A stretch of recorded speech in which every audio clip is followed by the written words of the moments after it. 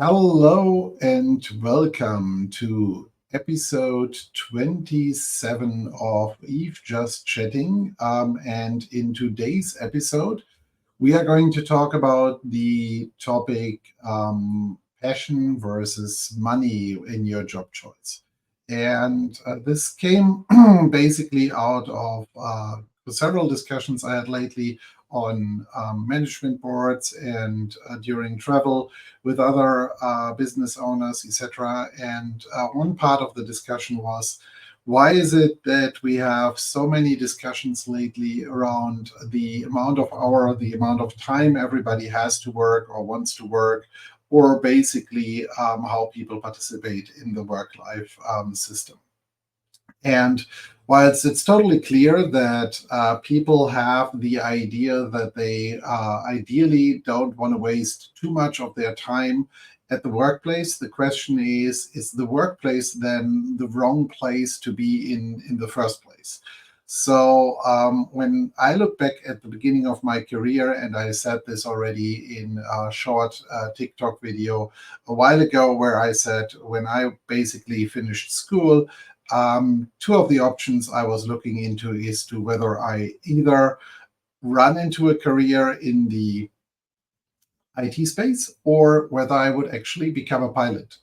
Those of you who follow me know that by now I actually fulfill both of them. But back in the days, I was basically in the evaluation scenario with Lufthansa. Back in those days, it was actually still the scenario that Lufthansa would cover all your educations you needed to have as a pilot, and a pilot at Lufthansa was actually quite a decent job. Nowadays, I'm not sure if I would want to be an airline traffic pilot anymore. A lot of my friends actually are charter pilots, so they fly for private airline companies. They fly as individual pilots for people who need them from time to time. So similar to, for example, what I do. So there are certain conditions where I just don't want to fly alone, or where just my rating is not high enough. So then I'm going to actually hire one of them. So I have pretty good insights into that. Back in those days, I was basically not chosen by Lufthansa in the first round, which was not a big deal basically for me, because my other passion, getting a job in IT, was actually felt like being higher on my wish list anyway. It was more that more or less my parents back then had a bit of an idea that maybe having a real job would make more sense, and being self-employed, I mean, both of them were self-employed by themselves before and had their own little architecture firm in the building industry, and they primarily did industrial buildings. And so they looked at me and said, it's like, why don't you pursue your career in the pilot scenario? That is primarily why I choose the career path then, and actually went to the trial exam. And it was also quite an interesting idea to just actually try out the test scenario and figure out if that could actually be my scenario. As I said in the other video, I was not chosen. So I ended up actually pursuing my career in the IT industry. And whilst I was doing that career setting in the IT industry, again, I first looked into getting a normal senior education or a degree in that space, but very early on figured out it's not necessarily giving me what I was looking for. So I did my civil service back in the days, and then from the civil service out, I started what now has become computer vision over all these years. And so from that perspective, I went the, let's say, easier path, or not the easier, but the pathway which actually went to the career I wanted to have. And especially due to the fact that especially when you start your career in being self-employed or something like that, it's not always easy. It's you're not necessarily immediately getting to the point where you can pursue the career and the way you want to have it to be.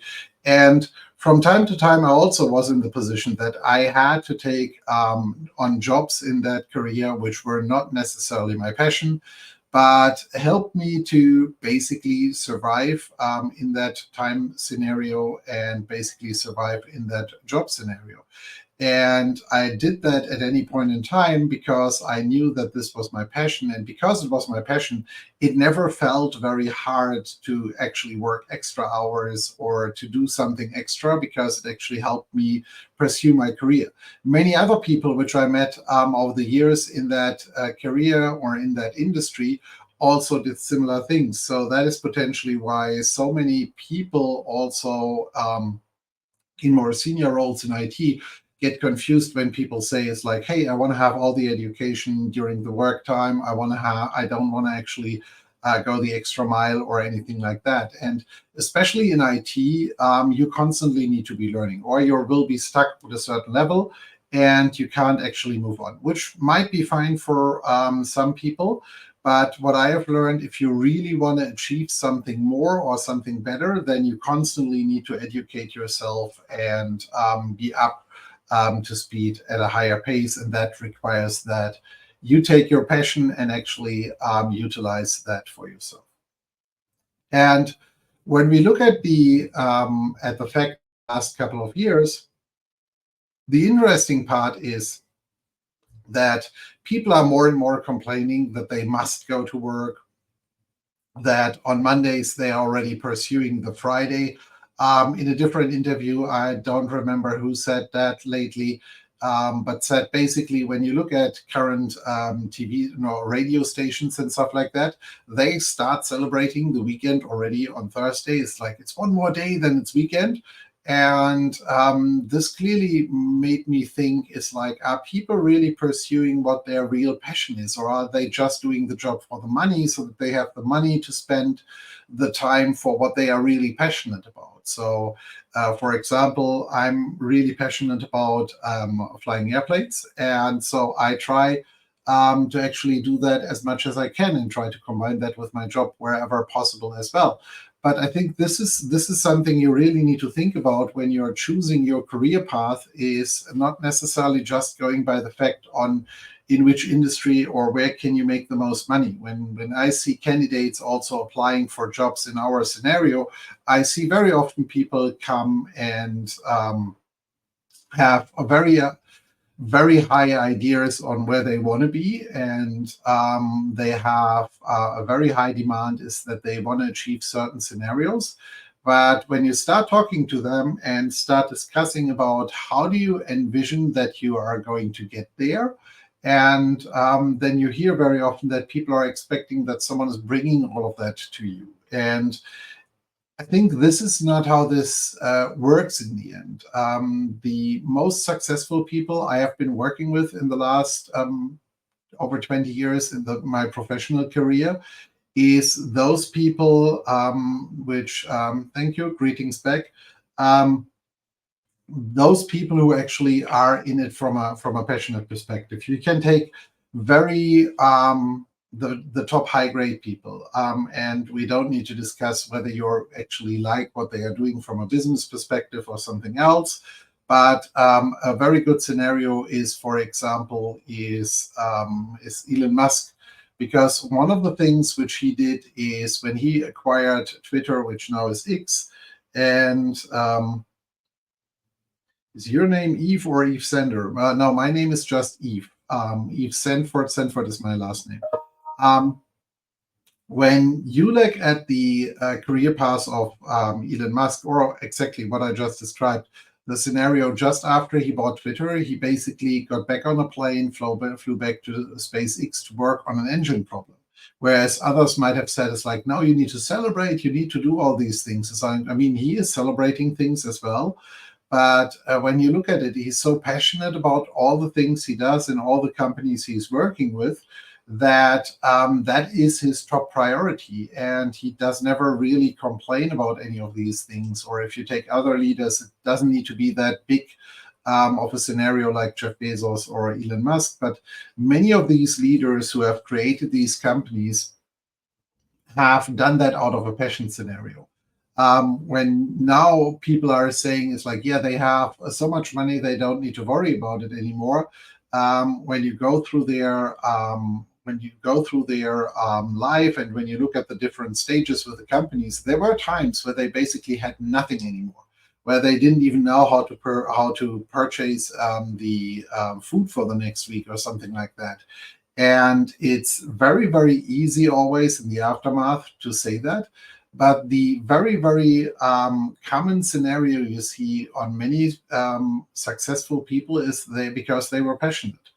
And when you look at people like that, and when you look at the current time, there are so many opportunities nowadays on what you can do in your job. Is When I was young, there was no real option to become a professional gamer, for example. You couldn't actually make a living out of the fact to play computer games. Nowadays, you can actually make good money with it. There was just a story about someone who lost an account with 100,000, which was worth hundred thousands of US dollars, a professional esports gamer.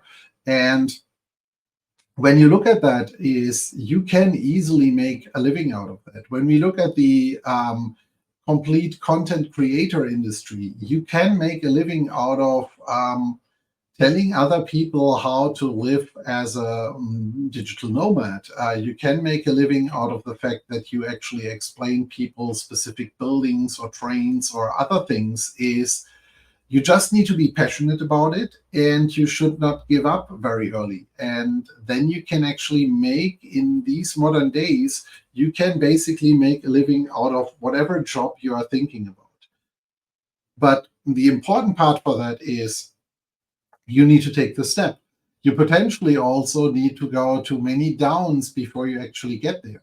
But the good part is also nowadays is we are living in a time and an industry scenario, and not only in IT, in many other industries as well, where you can basically build up your own style of living and your own style of work the way you want to have it. And if that actually demands that you're only going to work 20 hours a week, that's fine. But also don't underestimate how much time people in this content creator world, for example, are investing into it. I had the wonderful advantage to meet several high rollers in that specific market, and many of them will tell you is how many hours per week they are working. But at the same point in time, they will tell you it's like, but I can finally do what I love as my job. And I think this is what everybody should go back to. So if you feel basically burned out in your daily job, if you feel that every week is just actually you hate the week already on Sunday or Monday, which is going to start, then potentially you should look into what exactly would be your passion. What do you want to make money with? And there are certainly limitations. So, for example, I'm definitely not the sports guy. So trying to pursue a career as a professional football player would not necessarily make any sense. However, there are many, many other choices. So, for example, I could actually do background stories potentially and create content in that specific case. I could figure out other roles and possibilities to be near to that job role and make a living out of that. So, even though you might be physically limited, that you cannot necessarily achieve the job you're looking for, there are many other options out there available. And as I said, nothing stops you from, no one says you need to completely drop your existing job and give that one completely up and just start with a new career as you want to do that. You could actually start that as a side business, especially when your scenario is about doing something with content, or there are enough people who actually create products. If it's about that you have a great product idea, for example, there have never been easier times where you can actually just build a product idea, then find someone in a different country to produce that good for you, and then you can start selling it. The whole drop shipment scenario is something where I know enough people who made very good money out of that. So there are so many different options on what you could do to finally pursue your career, that it's just a matter in the end is you need to just get started. And I think that's that's the most important part. And when you speak, for example, to people like Gary Vee, is a perfect scenario, who says it's like, hey, even if you are in your 40s, you can still actually build the career you want to have, and you still can actually do that. And clearly, there are dependencies on in which country you are living, and which opportunities you have based on that specific country. So when we look at it, for example, in Germany, is the safety net your worst case falling back into is not actually that bad. I mean, yes, you're not actually going to live a high roller life anymore, but you can actually get away very good. When you look at other countries, for example, in the US, it's a totally different beast. You don't want to completely fall off the scenario. But let's say you have a 40 hours work job. And if you pursue your passion, let's say 20, 30 hours a week, and again, it's your passion, it's something you potentially do anyway already, or you like doing, then you can actually start building up that side business, because it's going to take time, especially when you're talking about doing something in the content space. It's going to take quite a while. On the other side, you could also become so passionate about your topic that you are going to create a book. In modern times, also, again, it has never been easier to actually start getting into writing, because you can use additional AI tools to help you fine print or fine work your words. I'm not saying it's like, don't go into an AI engine and let the AI engine write your complete book, because there are all kinds of IP scenarios which haven't been clarified so far. And on top of that, it's not your book. But if you're, for example, going to go ahead and write your own book about a specific topic, and you did that after you have created a certain set of content around yourself, there is a high chance that people are going to buy your book or read your book. That again might open other doors, so that you could actually become a speaker or a moderator or something else. So there are so many options which would have been never open in the past before, that it's actually the wrong scenario that you are going to just stay in the situation you're in. So, as said, it's like the times have never been easier to do that. And once you're basically in your passionate job, the question for me is, why do you stick then with your other job? Maybe your other job is giving you a higher salary, but the question is, in the end, are you going to be happy if you're starting every week on a Monday, just hoping for the weekend so that you can work on your passion? Then I would say that's not the way to go. So when it comes down to a scenario on how to change your life, or how to become or how to get the job you finally want to have, then it's not going to go, or it's not going to work without investing time. So as we are going, oopsie, do something here on TikTok, because there was an issue with the session.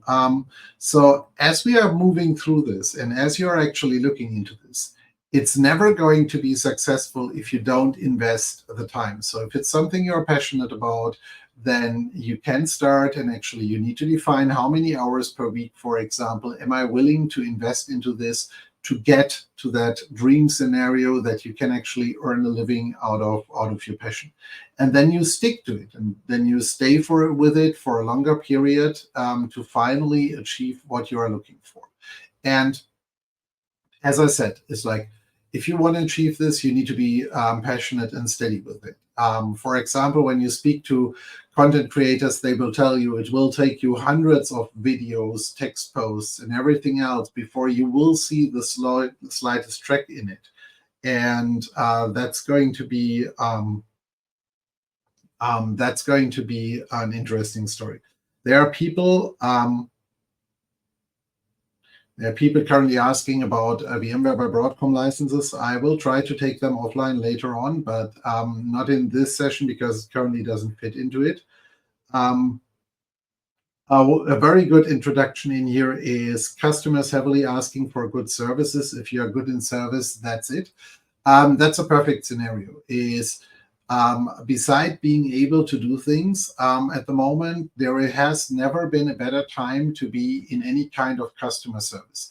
Because whether it is retail industry, whether it is hotel, so anything around guest relations, etc., there has never been a better time to be in guest services and in customer services in general, because so many companies lack of that. So, for example, I had a discussion a few days ago about the German automotive industry. And in that discussion, one of the points which I raised is I have stepped away from most of the German brands from a car perspective many years ago, not because I don't like the brands. I would still say that from a manufacturing perspective, most of the German brands are superior across things like Tesla or others. But the customer service is just a horrible scenario. And then when you look at that, this is something which people are willing to pay for. And this is the same when you are looking into customer services in general. People are willing to pay very good amounts of money for very good service by now. So whether it is clothing industry, for example, or other things of the retail industry, I know enough people who actually utilize personal shoppers for them, who are pre-creating the shopping experience for them, or who are working with the brands to actually get the scenario, because these people don't want to spend the time in a shop to be badly treated. And this is more or less exactly the same what you see in many, many other industries. People are willing to pay for others providing services to save them time. Could be something like ghostwriting. So if you don't have ideas on writing, but you actually like the idea of writing, you could do that. There are people who just make a living out of writing product reviews. So there are so many different options that is going to help you. Here is a message on TikTok. Advice for a startup: don't do products, do individual products with projects with good money. Yes and no. Yes, if you are starting with one or two people, then most likely you're very much better off in actually doing projects for individual customers. This is what we started with Comdivision as well. But when it grows, you need to actually change from the individual projects into products. A product could actually be a packaged service, for example. Like in our case, if I go back to what we do in Comdivision, it is, for example, that we package a design scenario for a specific type of deployment. So we have a standard package which we can actually sell, and then we provide the services and everything else around it. So there are multiple ways on how to address that, but you need to have a plan to move your startup out of the individual projects into the product scenario. Because the problem is individual projects do not scale at one point in time. You will see, and this is, for example, the biggest challenge a lot of companies in the services industry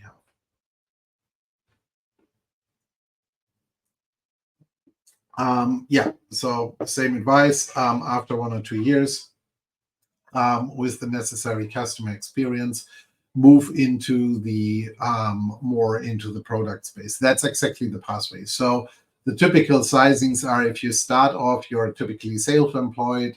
It's very good to very early on try to figure out which additional resources you need so that you can focus on your passion. Because again, if you're starting self-employed or with a very small company, you will very early figure out that there is a hell lot of things you have to do around that from a back office perspective, which is not necessarily the fun part.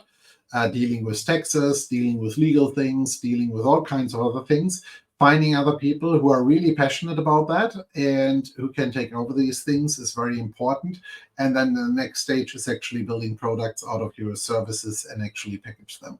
What you also need to be aware of, if you're building your own company out of it, and if you're building your own company out of these ideas, is that in the end, none of them are going to ever do it the same way as you do. Gary Vee typically says is like, it's not their company, they are employees. And that is another scenario you need to be well aware of as your business or your idea or your system or something else grows. You will have other people involved, and these other people are not necessarily going to make it the way you have been doing it in the past, and they might have a different passion around that and a different scenario. I spoke to a content creator. She was actually building a specific content block for years, and now she finally has a video producer and a few other people around that. And the biggest challenge for her was that she had basically was saying is, initially I thought I was much quicker. And then once I started to have other people do the job of doing the post-production, subscription handling and all these things, it took them nearly the same amount as before. So it takes quite a while to actually get to the point that this is done differently, because as you are doing jobs passionate, you don't necessarily always are that honest to yourself of how much time you're spending on specific tasks. And so you say it's like, yeah, doing a transcript on the video is just 5 minutes for that video. In the end, it's much more time when you're honest. Startup accelerators or public funding helps a lot in Germany. Yes and no. You need to be very, very careful with these types of scenarios and approaches. While they are very helpful in the first place, it's also something in many cases, you either are giving up shares or you need to actually pay back that money at one point in time. And this is something where I have seen many people struggle over time as well. The other scenario is, yes, from a network perspective, there is a lot of people out there who are great mentors and who are willing to help. And many of them are not necessarily in it for the money. Yes, some of them want to have some shares or something else, but this is also to have a stick in the game. It might make sense, because if you are giving advice to someone where you have nothing to lose from that perspective, it's not necessarily a good idea. But if you want to find a good mentor or something like that, in many cases, you just have to ask. It's that simple. Many of the people which I had over my career path over all these years, which gave me advice or anything else, were people not necessarily always complete mentors, but those were people which I just asked. I picked up the phone, I made an appointment, and I asked. And that grew my network as well. Nowadays, I have a fantastic network, especially when it comes to the IT industry. I know many C-levels from some of the largest IT companies over the years. I met them personally, and there is a much more personal relationship. So you can pick up the phone and actually talk to them. And in many cases, it's not about that you talk to them to actually get something, which is the biggest mistake which I see very many people do with their network. Is you don't ping the CEO of a very large company just to ask for money, or, hey, can't you give me this and that contract? Or, hey, we have a marketing task, and you talk to the CEO. It's like, hey, couldn't my marketing agency do something for you? It's not that simple. Corporate world is far more complex from that perspective. But if you ask them for introductions, if you ask them to extend your network, if you ask them for any other advice, you very often will get that. And that is an important fact, is learning what you have your network for and how to utilize the network. I was, for example, in the last couple of weeks, challenged with a few scenarios where I had to do some things, especially for our US corporations, where I needed advice from more local people, and I needed help to actually get a few problems solved within the US. And that was very much straightforward, because I more or less, again, picked up the phone, used my networks, and talked to people about the challenges we currently face. And those were not money related or anything like that. Those were really more structural and how to work through certain legal scenarios. And all of a sudden, I had several people give me different advices, set me up with a different network, and all of a sudden, you could actually do that. Here is a comment. I don't ping the CEO of my own company without a very solid reason. Yes and no, but yes, that's true. But when it comes to your network, then you should always think about that you should never be ashamed to ask anyone for help. So, and to reach out to them if you want to have advice. Sometimes you cannot get the advice from people who are on a different level. And it's interesting that my experience over all these years, especially those C-levels, who have come through all the levels of the company, who were initially starting the company or helping with starting the company and stuff like that.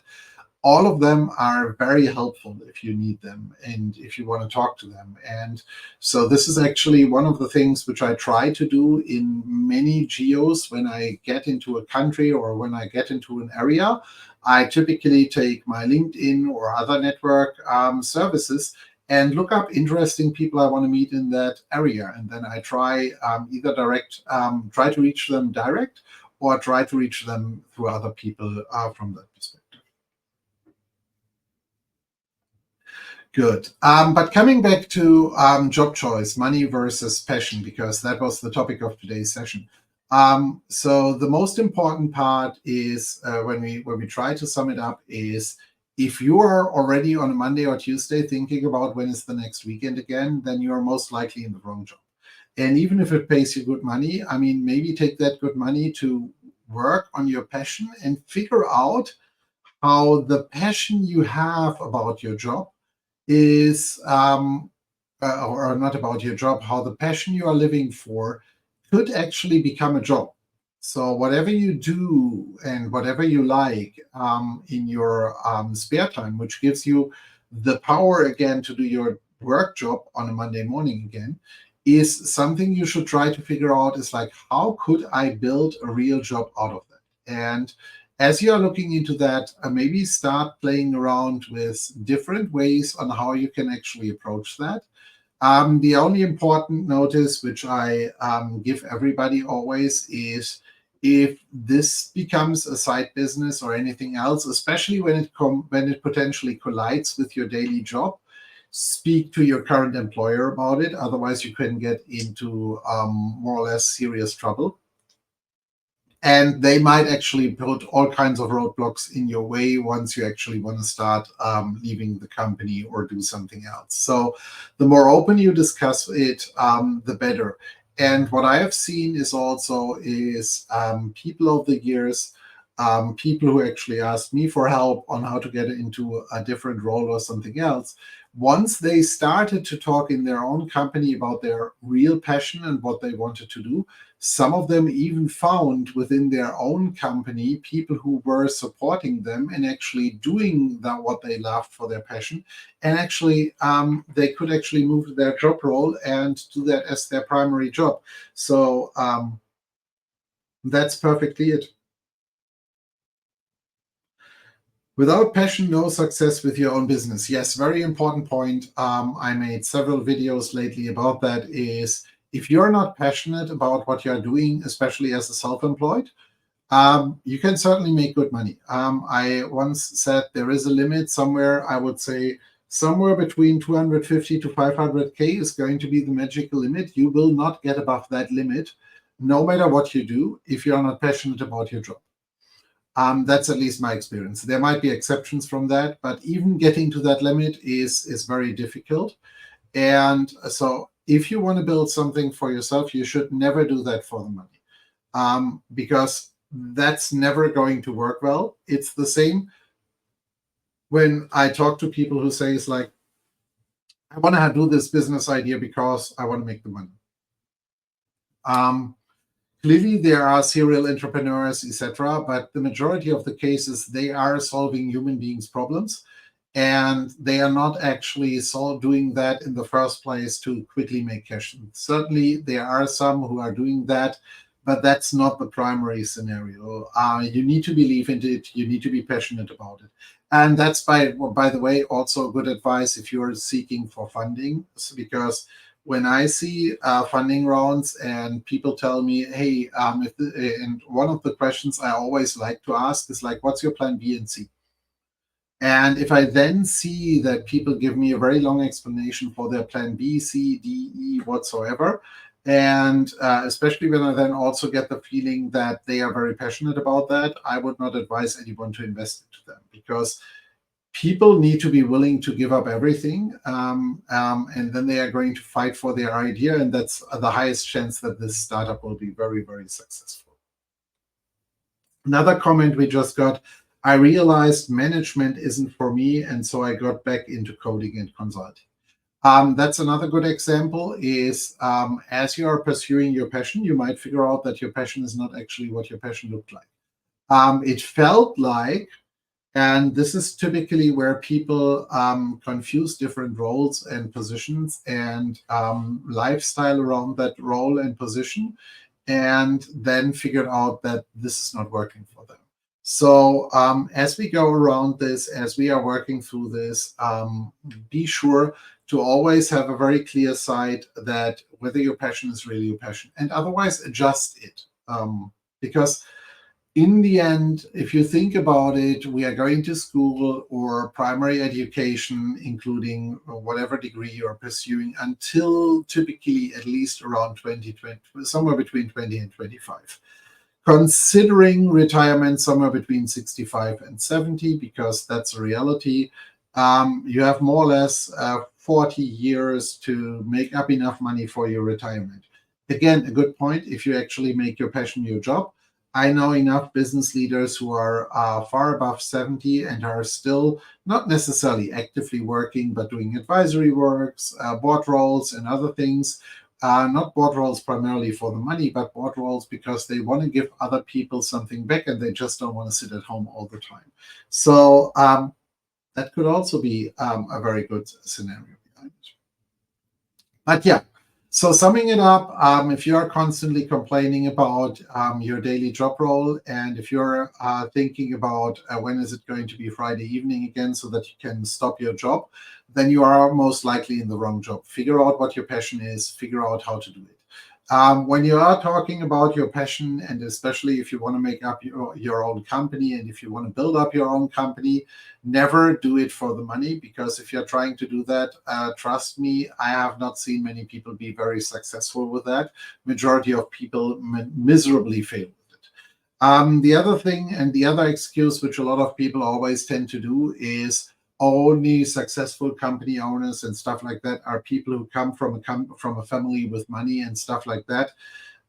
When I look through my network, is yes, potentially some come from families with money or something else or with background. But that doesn't necessarily mean it's easier, because in many cases, that doesn't mean you immediately get money or anything else. So it's not necessarily easier. Those who basically get all funding initially from their family or something else, and who do not need to give something up for that, typically fail within the first 7 to 10 years maximum. Most of them even within the first 3 years, if not mommy and daddy are constantly pushing money in, but then it's not a successful business. So that's more or less it for this episode of Yves Just Chatting, episode 27. We talked about the topic job choice, money or passion. We are going to focus the next few weeks a bit more on another topic which I'm passionate about, just because I released a chapter together with a good friend of mine. Tracy and Palmer wrote a book, and I was able to participate with one chapter. The title of the chapter is different, but I'm going to run a few sessions in the next couple of weeks about the topic Decide or Go Home. And this is really about decision-making processes and things like that, because that is something, it basically more or less fits into the money versus passion scenario. Because when you're passionate about something, you can take the decision, and then you can also take the decision to give up something else. And that's more or less how it falls together. So moving forward, really think about, especially if you are in Germany or somewhere where there is a bank holiday today, if you're feeling already sad about going back to your job tomorrow morning, then better think twice and better revisit if you are in the correct job and find something you're more passionate about it. And as said, one of the next topics, I will do a few short intro videos on the different platforms about it, is going to be around the topic decide or go home for the next few weeks. And if you want to have any discussions around VMware by Broadcom, utilize one of the other videos. We have regular webinars and stuff like that. I currently did not cover that into today's session. I will try to look it up in the comments later on and try to get back to the one or two people who actually wrote something about the topic and get you an answer on those. That being said, have a wonderful remaining bank holiday if you have one. A good start into the day if you are in the US. And hope to see you again soon on this channel. And also make sure to subscribe to any of the social media channels or to the podcast so that you're always up to date. Thank you and goodbye.